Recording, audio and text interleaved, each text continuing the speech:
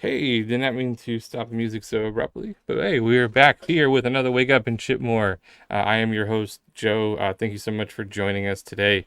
Uh, got a fun little episode. If you saw the title, Have Some Perspective. We're going to talk about some developer perspectives today, and it all was born out of a blog post I read.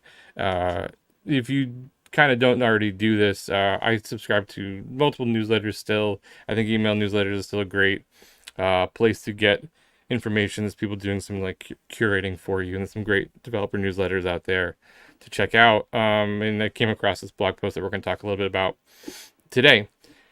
Again, as usual, up top, I want to talk a little housekeeping and some other fun stuff that's going on in the ecosystem. There's a lot of great news coming out if you haven't seen. So the validator set just got updated to Nightshade 2.0. There's some good information about that. There'll be some content coming out next week more about that and what that really means for the larger ecosystem, what it means as a developer to build on Near and going from there. There's a lot of good stuff if you want to just build on Near period right now of how it looks. Secondarily, I think, now's a great opportunity to start looking into what's available here on Near specifically, and especially with the AI stuff and some of the chain abstraction things, because there is a redacted hackathon that starts in September. It runs 8 weeks. There's 500K or more in prizes. So the link is all down below. So on the ticker down below, we have that. Also, make sure that you sign up to our newsletter at DevHub. We have a great newsletter comes out every single week with all the news around the ecosystem, tailored for developers. So it's focused on the things that you need as a developer to keep building in the ecosystem. Lastly, Race of Sloths. If you are contributing to any of the open source stuff here, especially on Near, but we are expanding it out towards other projects across the, we'll say the larger Near universe, you can earn points. And it's a great leaderboard to jump on. It's a great way to be recognized for your contributions to open source. So check out Race of Sloths. Lastly, if you are watching this on a replay, or you just want to have a conversation separately, you can join the Telegram group for Wake Up and Ship More. It's just down. The link is down below too, as well, scrolling there. I encourage you to check all of that out. It's dry down here today. All right. So let's talk a little bit about today's topic. And I want to follow up a little bit from the last episode. So we talked, again, a lot of the talk has been so far, again, around different parts of shipping. We talked about the details last time of what it takes to actually get a product into production, things like that. And a theme that I keep feeling like I'm going back to a lot, which I hope is helpful, and from just some anecdotal feedback of talking to people offline, is that it seems to be resonating, is that the introspective part of being a developer, of the part of actually thinking through the work that you're doing, having some perspective, hence the title of this episode, and having some actual opinions that form how you do your work is a really important piece to being a developer. It's not just about writing code. So actually, I want to jump in and talk a little about this blog post that I came across recently. So Evan Hahn, he's a developer. He's been working on a lot of different projects. I won't get into his whole CV, but he has extensive experience doing a lot of different things. And he writes a good amount. He has a really nice blog talking about all different things as a developer. And in July, he wrote this post, as My Programming Beliefs as of July 2024. A couple things here I think that are really relevant, and why I liked this blog post a lot, and why I want to talk about this blog post and kind of some of my own thoughts around it. So one, as a developer, I like that he kind of phrased it as like, here's where I am today. Because where you are today could be different than where you are tomorrow, obviously, and it could be very different than how you felt about 5 years ago. And the benefit of something like this, especially if you write it, and even if you don't want to share it as a blog post, you can keep it internally. Hopefully when you can see your own growth, which I think is like a really powerful piece to see how far you've come. But also, again, I think it helps inform how you make decisions, both in your career as well as the products that you make. So we're going to talk a little bit about all of the different features that are here. And I think this will I think this will be beneficial to hopefully a lot of people going through this.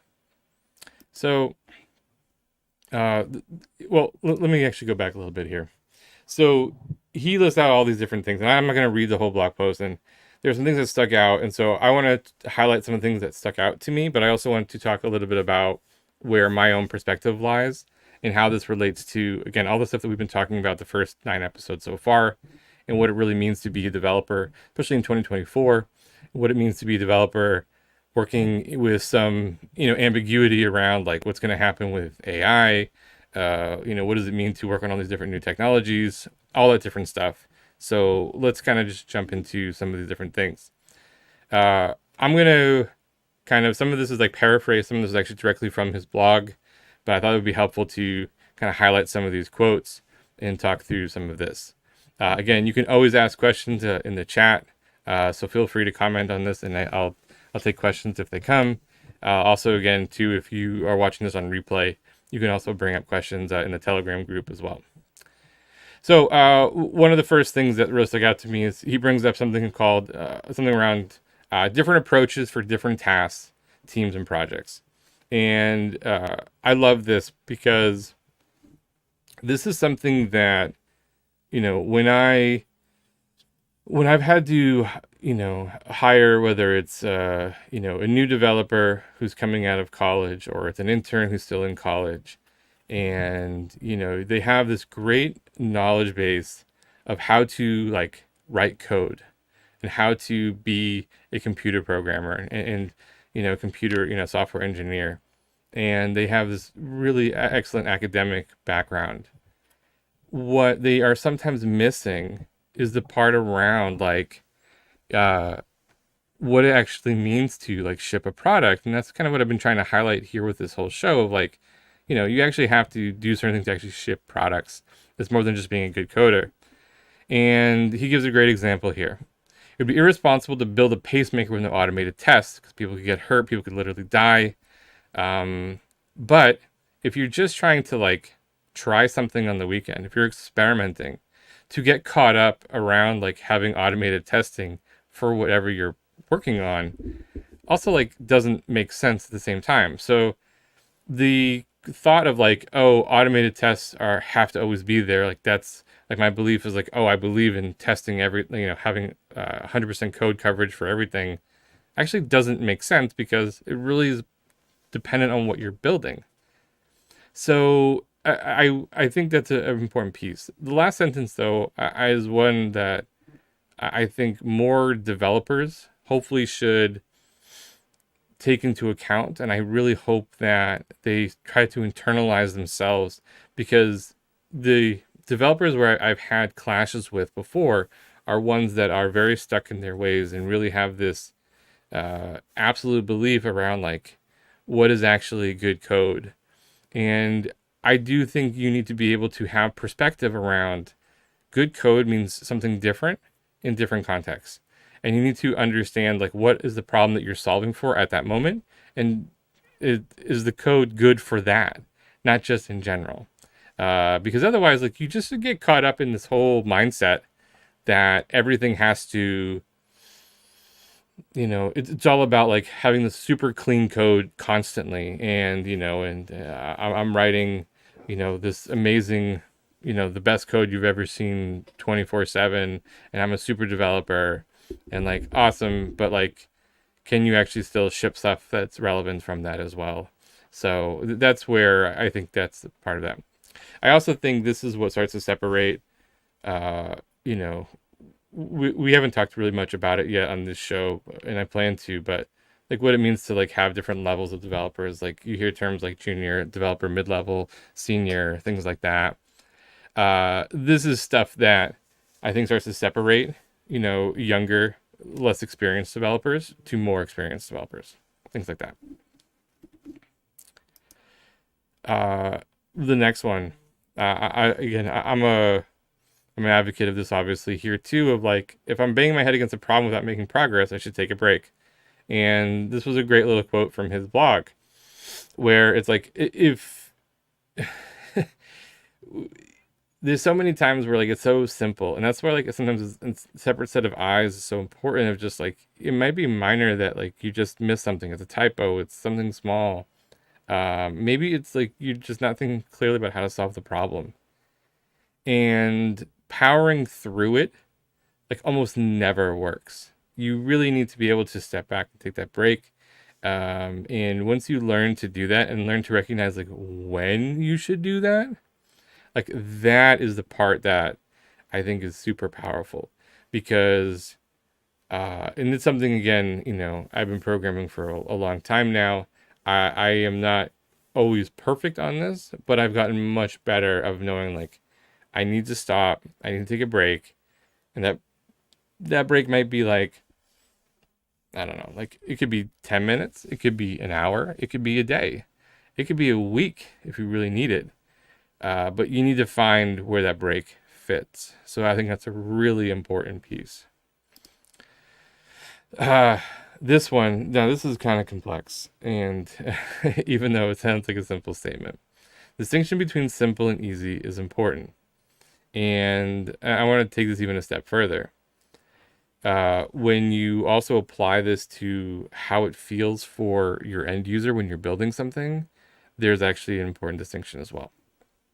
So, right, he writes, the simple is the opposite of complex, easy is something else, it's familiar.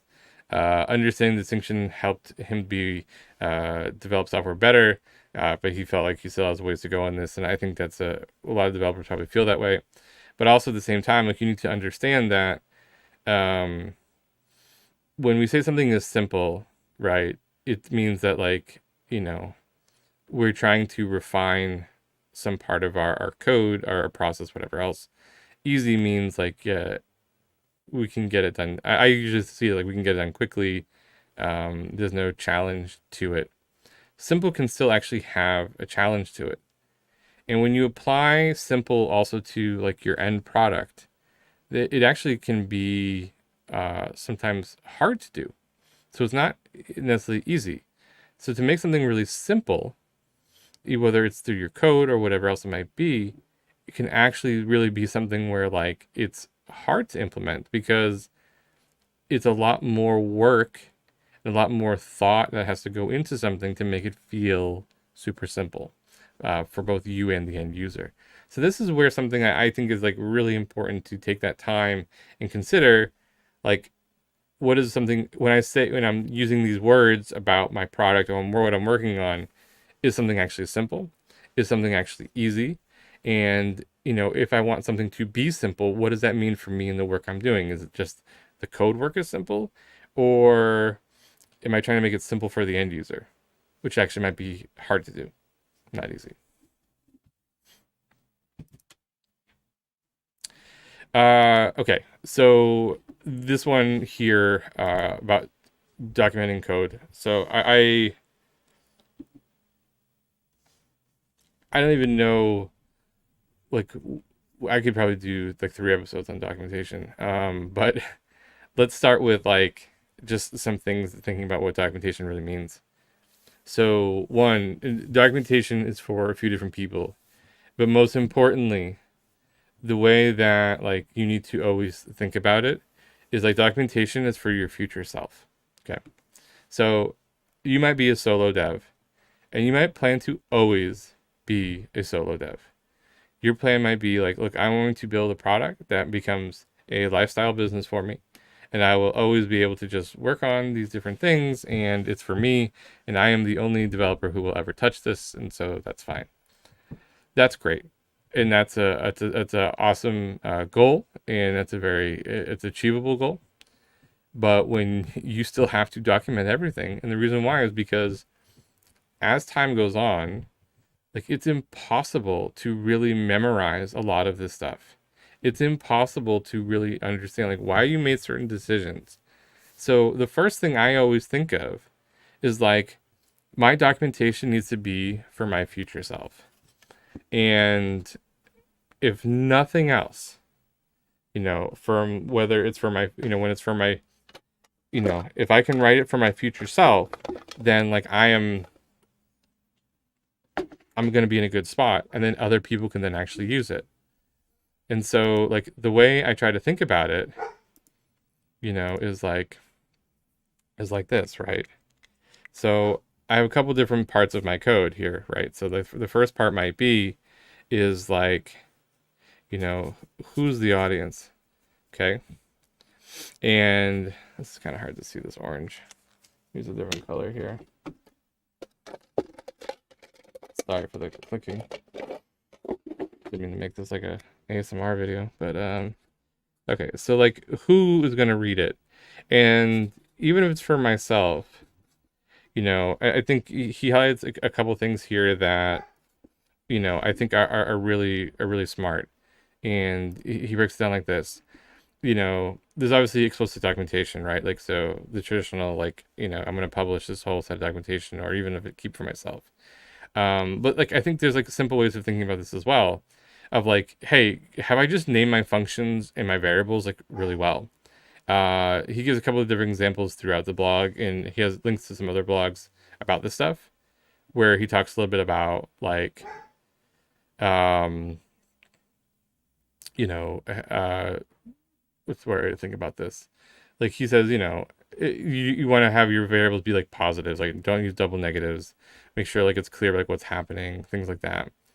Um, how you break up your code is some part of your documentation. Having comments, like that's like a really easy way. Like just put a little note for yourself, right? And then like, what are your log messages? We talked about this last week.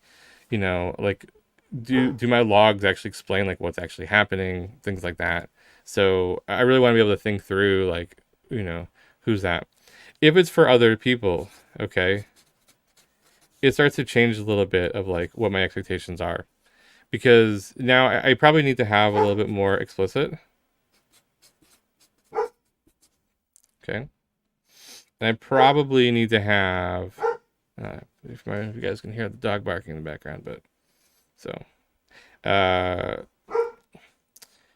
so let's see here. If I say, okay, I want to be explicit about this stuff, great, that's fine. If, because I'm going to need that for other people. But then again, in here, like, this is like where comments are really important, because not everyone needs to see all the stuff in your documentation, but in the comments, I probably do need to see, like, again, like, what was my decision making? Like, why did I come to X, Y, and Z thing? Here, let's pause right here real quick. And let me go see what's going on with the duck. Be right back.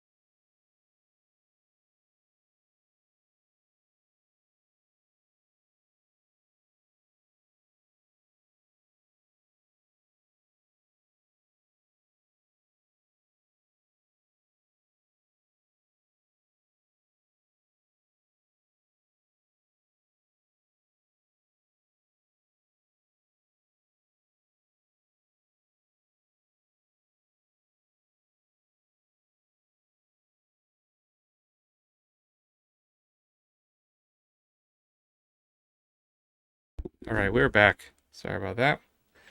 Where were we? All right, so talking about other people. And if you're curious about what just happened with the dogs, I just had to go out for a moment, so that happens, I guess. So explicit documentation, and here's why this is important when you're dealing with others, is because again, they have no other context of the actual building process, and I think that's important. So this is where I think like you need to start tying in your process and decision making, as well as like what does this code actually do, to tie into that. Okay. Let's go to the next one. Okay, this is a maybe controversial one, but for some people, controversial just in the sense of like, I think as a developer, like so many of us spend so much time doing this. I do this, we all do this. So tweaking my setup has limited benefits. It's fun. It's kind of like one of those like nerdy pursuits that I think a lot of developers like to do. It definitely feels like you're trying to hyper optimize for things, which I think is, sometimes important. By hyper optimize, I just mean like basically what you're trying to do is, you're trying to make yourself as productive as possible. I'm trying to, find efficiencies in, everything that I'm trying to do, right? I'm trying to write code faster. I'm trying to, ship quicker. I want to minimize the time I'm, using my mouse. I'm trying to, all the different things that we do. I want it to look good. I want to feel cool as I develop whatever it is. The thing is, like, some of these things might have minor benefits. Maybe like code completion, maybe like some of the coloring might help a little bit of like how you are able to go back and read some of your code. But the reality of it is like, it's gonna be minor. And I think, I'm not saying don't do it. Like it's still like fun, but like don't expect huge results and huge boosts from it. And like do understand, what it actually is that you're trying to get out of it. And it's not the productivity time saver thing that it really you think is going to be. So like have fun with it. Like, it's cool to do. Don't get too caught up in it. Don't do it like during, I would say do not do it like if it's going to be in spite of like you getting your actual work done. Like it's not going to help you like have any kind of measurable type of update from there. This is a good one. So, again, the lone developer problem. It is, again, this goes back to the documentation one. So like when I was talking here, how do you document your code and who's it for? Who's the end audience, right? So like let's, here, like let's, again, who's this going to be for, right? Is the comments just enough? Who's going to actually see this? And a lot of the times, right, we need to consider of like, even when working by ourselves, there's a couple different things that happen. One is that it's so easy to get in a mode where like your code is just not maintainable anymore. But besides anyone besides yourself. And it's because you acquire technical debt. It's because you do things in a way that makes sense to you, but you have not documented them. It's also a lot of times where you've now made decisions, obviously unilaterally because it's just yourself, but like you have not given enough thought to why you made some of these decisions. And so now for someone else to come in, there's just no context there. So this is something where I really think it's super important that you're taking that time to recognize this and be very clear on like, as the lone developer, right? And as someone who's working by themselves, can I maintain it myself? That's why you have to document for yourself even. And like, if I do ever need to hand this off, like, am I going to be able to? And you need to answer yourself that like early on, because the further you get into it, the harder it's going to be to go back and fill that back in. And that can happen even in like a small company where, like, let's say there's, 3, 4, 5 of you, but like there's only like one developer or even like two developers. It's really easy for that to happen. So it's something that you really should consider early on and really take that time to like break down. Um, what's the best way to kind of put this? Like, you really take the time to make sure that you are setting yourself up for success to hand off the code, but also like for your success for like even just for yourself of like, if I were to step away from it for 6 months and then come back to it, could I actually do that? And if you can answer that question for yourself, you could probably hand off your code as well. If you can't, then you need to take the time to do some of that stuff as well. All right, let's jump into another one here.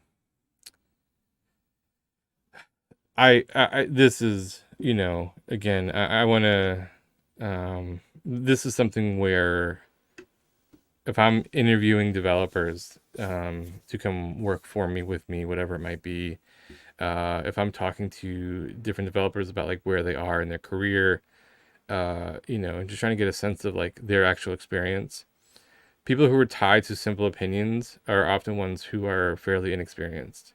It's a clear giveaway that like you have not had the large enough experience in like actual production code and working in the, we'll call it the like real world type of thing to do this. And so the reason why is because like, so the example that this author gives is like, people will say like, oh, PHP sucks. And like, listen, I've heard all the PHP jokes, whatever else. PHP also like paid all my bills for a long time, because it was it was very commonly used, and it was very easy to hire people to come and work on the code, and it did what it was supposed to do, and it's fine. It's not the most elegant language. It had a lot of weird quirks. It's gotten better over the years in some forms, and that's what it is. The reality of it was and is like PHP is still around a lot. PHP can previously, especially like with the beginning of like a lot of the bigger Web 2 companies coming up, were all like PHP. And so like it's something like that where you just like flat out like, oh, this is stupid. And this goes for any language. Like any language, like if someone's just like, oh, this language sucks, like that's okay, sure. Like you can start maybe with that thing of just like saying it in a jokingly manner, whatever else. But like if you're gonna have like a real discussion about it, like you need to have more than just that. I also think that people who get too caught up in like programming practices, again, and this is something from his blog, and I totally agree with this, of like, if you are completely dogmatic about a process, yeah, sure, you're going to be right maybe in a lot of situations, but you're not going to always be right. And as soon as you are tied to like, I am going to always be caught up in that, like I believe this is the way, there is no other way. It's like, okay, well, one, I don't really want to work with you. And two, like you are not ready to handle adversity. You are not ready to handle the realities of like, how do I get something in the hands of more users? I'm not ready to scale. I'm not ready to do any of these different things because I'm so caught up in my own dogmatic beliefs. So this last sentence, I kind of reframed a little bit from his blog, but I this is kind of how I truly feel about this, is that those who use nuance and understand these trade-offs are much better to work with in any form, whether it's from a consultation standpoint, whether you're working them in as a colleague, whatever it might be. To work with developers who understand that is again also a sign of maturity. It's a sign of that someone is who more likely to be a mid to senior level developer. And that's why when we talk about these different tiers of developer, those who understand those nuances are much more like that. Now you could be very experienced and you could be, let's say you've been programming for 10, 15, 20 years. If you have these like really dogmatic approaches and you are very caught up in like, this has to be the particular way, then, it still highlights of like some inexperience. Like, yes, you may be an excellent programmer. You may have great code. You may be able to do some really creative things, but it would worry me on a larger team or any kind of team that has to then actually ship production code regularly in a fast environment, because we get caught up in that. This one, I've been harping on this, and this is a great way that it's been phrased. I haven't really said it quite like this on previous episodes, but I want to, we should, frame this to any developer team, really. And like, this is something that should always come up in like a developer interview, especially too, of like, how much of your, what percentage do you think of your job is actually like coding? And this is even more so now with like how good AI is getting at programming. This still makes mistakes and still like it's not perfect, but like it's cutting out a lot of time for people between code completion as well as like full on blocks of code from AI. So that's somewhat actually the easiest part of the job, really. And I am in full agreement with this author of like the bigger challenge is like reading other people's code, like reviewing code, doing code reviews is a huge part of that. Prioritization is like, it's something that I am continually working on. I think most developers will tell you that they're constantly fighting this of like, how do you determine what's a priority? How do you start to reframe that? Things like that, what order should I be doing things in? That is a challenge constantly. It gets easier to some degree, but not always. It's definitely situationally dependent. Communication. How do you communicate to your users? How do you communicate to your colleagues? How do you work, especially if it's like asynchronous, how do you do that? All this stuff, team dynamics, like all these other parts that go into like shipping software that it's not just the code. And that's what I've been trying to hopefully get across to everybody here is like, it's so much more complicated than just like writing good code. And so this is the stuff that I think is like super important. And I really hope that, this is, if you learn nothing else, that you understand that like coding is just a tiny piece of the puzzle to actually shipping stuff to production. Okay. With that being said, you need to set aside time to just mess around. There's a reason why for years, and I don't know if they still do, I assume they still do it, but like Google used to have this 20% time, where Google let their developers, their engineers, 20% of their time could be on whatever, they could experiment. So many good things have come out of that. There's a lot of good anecdotes of like different products coming out of that. But it's a great way to learn. You have to just like try different stuff. And it's a great way to both learn new technologies. It's also a great way to like learn how to problem solve as well. Of like, can I think differently about something? Can I go through something and try something a little bit different? So like sometimes like making useless stuff is a great way to go about it. And it really can set you up for long-term success. Maybe nothing comes obviously out of what you just kind of hacked on, but that's what's great. I also think this is why like going to hackathons, if you can, or participating in them even online, are a great exercise because it forces you into this box of like, I have this particular window of time, I have these particular requirements and restraints. What can I do? And so all of that kind of fits together of this of like, hey, let's just see. And it doesn't always have, again, the idea in all these situations is not about productivity. It's really about like learning and experiencing and going through stuff. The last one here, and I think this is super important. And if you are building in like Web3 and crypto, I hope this is something that you're considering. And this is what I think why people who are in the space get frustrated by a lot of the like, sometimes the meme coins and like the DeFi and all that other stuff of like, what are you actually trying to build for? Am I just trying to build it to, make money and build up a profit? Sure, that's fine. But I think if you're really serious about this stuff and you're really serious about being a developer that is going to contribute to the world in the long term, it matters who you build for and like what you're actually building. And I think you can take this a few different ways. Not everything has to be altruistic necessarily. Like I'm not saying that everything has to be as a net positive for the good of humanity. But you need to know who your audience is and who you want to build for. And if you are building for degens to go onto a meme coin platform, you need to understand that like that's your audience.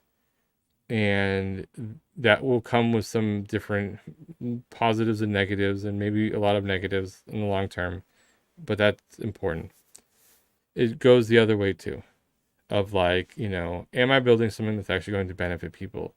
And by me building this DeFi product, does it allow people who would not have access to funds or to banking or to whatever else, does that change that? What am I really doing? Also too, of like, am I doing stuff that is going to harm somebody else, right? The work that you do can have consequences depending on what you're working on. And you both need to be okay with those, and you need to understand those. Because, and again, this is not necessarily a morality thing. I don't, it can be that, but it's also about like, just in general, how we start to determine, how we make product decisions as well. And so when those things are there, like that, it's really important. And I'll go all the way back to uh, here, right? It goes back to this, like, second one here that we talked about, like our first one here we talked about, of like, there's different approaches for different tasks. Like, so, if I'm building software for a pacemaker, then like that's a particular thing. I need to know who that's for. I need to know who's interacting with that. And, you know, it matters that. He also phrased this though for himself as like he wanted to do stuff that he felt was a net benefit for humanity. That the work that he did was always hopefully improving humanity in some form, that it was not taking from. If that's important to you, then you need to have that as your ethos, and you need to consider that. If that's not important to you, then you need to think about like, well, why am I building this, right? You need to have some reasoning, and sometimes it might be just like, I need a paycheck, so I'm doing this, right? And like the correlation here is like sometimes you'll hear like actors talk about this, right? Like I did this movie because I needed a paycheck. I knew it wasn't going to be a good movie, but I needed a paycheck. And you can understand that as somebody who's working. But then at the same time, like, are they just doing paychecks? Okay. Paycheck jobs, like that's great. And then that's a choice, and that's fine. Like, you have to support yourself, you have to support your family. There's nothing wrong with that.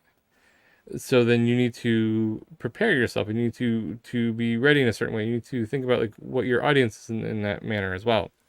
Whereas if you are, I want to make things that are focused on art as a actor, and that I want more, art and independent films. Okay, that matters too. Then you need to think about like, how are you making your choices around all of that, and will that sacrifice a paycheck in order to do that? Which it might. Same thing here in software. Like, sometimes the work that you do is a net benefit to humanity, and maybe you don't get that paycheck, and that you think should come along with that. That's a separate discussion, good, bad, or indifferent. But if that's a choice that you make, you need to understand that, and you need to make sure that that's a choice that you feel comfortable with. But also too, like, if that's your goal, is to build stuff that's pushing humanity forward, then that needs to be the focus, and that needs to be okay. You have to understand that and be okay with that. And I think that's a really awesome pursuit. And sometimes that maybe comes later in people's career. Maybe it comes, sometimes it comes early in people's career when they maybe need less money. Maybe they've already made money. But you can sometimes also do both. And if you want to do both, you just have to think through of like, where am I working? What am I working on? What can I control myself? Stuff like that. I think all of this stuff is super important. I really think that having a belief system is super important. I'll go back to the first slide here. I encourage you to check out his blog, read the whole thing. A great exercise would be like, try to write one of these yourself. Like, can you write this out yourself? Can you take the time to do this for yourself? Because I think you'll find a lot of interesting things about yourself when you go through this. And it will help you immensely if you are a younger developer to, one, like, hopefully remove some of your biases. But two, like, when you go to that interview and you are trying to move up in your career, to have perspectives that you can easily talk about, perspectives that you understand, and they can be bad. They can be things that you need to improve on. You can say, listen, like maybe your perspective is like you have a very dogmatic approach to like test-driven development. You are that person. That's again, while I disagree with having that being a dogmatic approach, if that is your perspective, like then own it and talk about it and explain it and explain why that is the only way and why that you feel that everyone should follow that. And that's an important piece of that, because if someone's going to have a discussion with you, again, especially around if you're trying to go like for a job or whatever, and you can't explain yourself, that's like a double whammy of like, not only do you have this like really narrow view of something, but you also can't explain why. And it's like, well, okay, you haven't done the work. You haven't put the effort in to understand yourself as a developer, as an engineer, all that different stuff. So take the time. I encourage you, go check out this article. Try to write it up yourself. Take the time. Become a better developer. This stuff will pay off. You could do this every year. I think you will find yourself being a much better, more thoughtful developer over time. This is a net positive, any way you slice it. And so I really encourage you taking time to do that. Let's wrap there. Again, please ask questions if you have questions, in the Telegram chat. Everything is down below. I think, again, everyone can benefit from this, myself included, developers at any stage. These are things that we should be doing. We should be reviewing and having those introspective talks. We should be writing more. We should be talking about this stuff more. Get this out into the open. I think it's a win for yourself and everyone around you. I hope this was helpful. I think, I'll continue to do some of this stuff too for everyone, because I think this is, again, a big piece of becoming a really strong developer that is better, more than just being someone who can write good code. As we wrap here, make sure that you are, subscribe to our newsletter, all the links below. Again, we have the hackathon coming up here starting in September, redactedbangkok.ai. Check out that site. Join the Telegram group. Again, we can ask these questions here. There's a lot of stuff to talk about. Go from there. If you are looking to contribute, get recognized, and boost yourself or in the open source community, check out racelessloss.com. All this stuff is provided through DevHub. Near DevHub, follow all our socials. We have tons of stuff always coming out around developer content, what's happening in your ecosystem, things like that. And we also do a weekly show. We do all the different community calls. So a lot of good stuff here. If you missed yesterday's live stream, one of our DevRels, Owen, just did a great episode talking about some chain abstraction, talking about the hackathon. Go check that out. It's on our YouTube. All the replays are always there. It's a great opportunity to go back and see anything you missed, along with the community calls, like chain abstraction, community calls, stuff like that. There's always great alpha and stuff in there too. So definitely check that out. Until next week, keep building, keep thinking, keep writing. I think, I definitely want to hear some feedback. We're going to do some, another AI mailbag coming up pretty soon. We have some other topics next week too around, again, just some more stuff of getting stuff to production, also dealing with feedback. We talked a little bit about feedback previously. We're going to talk some more about handling feedback and actually how to handle like support and things like that as well. And if you have suggestions, if you have things you want me to talk about, if you have ideas about topics that you want to get into, please let me know. You can always reach out to me, especially on Twitter X. My handle's there on the screen. And until then, have a great weekend and keep shipping. We'll see you then. Thanks.